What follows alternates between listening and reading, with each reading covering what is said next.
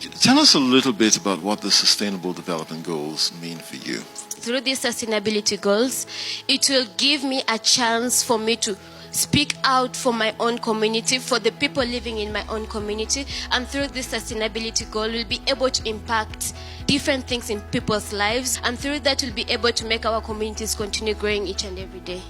Living in the slum is not bad.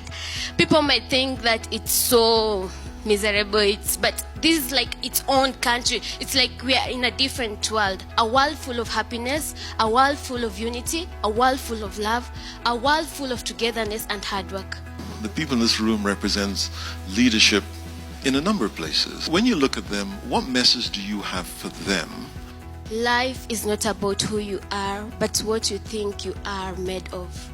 If you believe you are made of greatness, then that means that you can be able to achieve every goal you set ahead of you. And this goes to all women in this room, that we all have to speak out for our rights, stand up for what you believe in, and through that we can be able to change our own communities and make them a better place. Tell us a little bit about the summer camp, what you did, and what are the leadership lessons that you came away with? I was attending a summer program at Miss Potters, which is in US at Farmington, and through the leadership camp, I learned a lot. I learned how to be independent. I learned how to overcome my fears. I learned how to come out of my comfort zone. Since I am the head girl of my school, I have to teach the different prefects in my school about what are some of the qualities of our leaders that we need to be able to sustain the school and showcase that we can be able to change our own communities as girls. What do you see the world looking like when you're 27? What do you hope the world would look like? And what do you think it's actually going to look like? It will be a free, corrupt world. It will be a free FGM world. A world of women leaders. A world of women who have made it in life. A world full of girl power, a world of women leaders, and a world of girls who have achieved it and made it in life.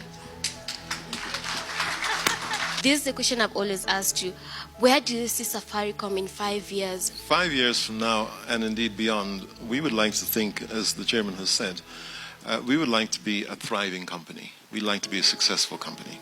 So in Safaricom, we define success not by the profit that we make, but by the difference we make. We'd like to make a difference to you as a young female Kenyan.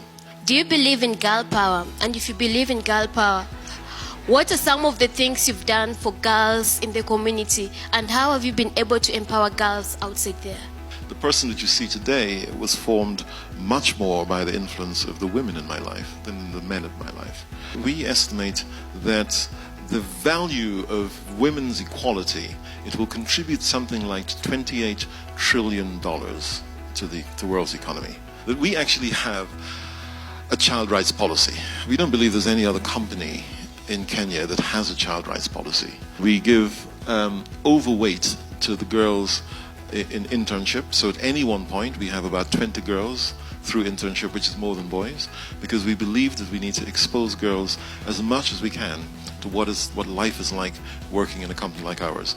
What advice can you give to aspiring leaders like me? Remember where you've come from.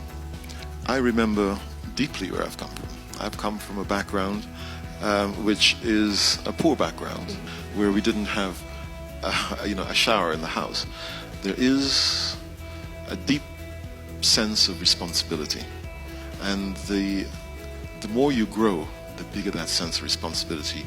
You have grown a great deal since I first met you. When I saw you again in Kibera a month or so ago, I can see how you're interacting with the younger children. I can see how you've taken those leadership lessons and how you're trying to make a difference, because you know what it's like to be like them. And what I would say to most people is just have a memory of where you've come from.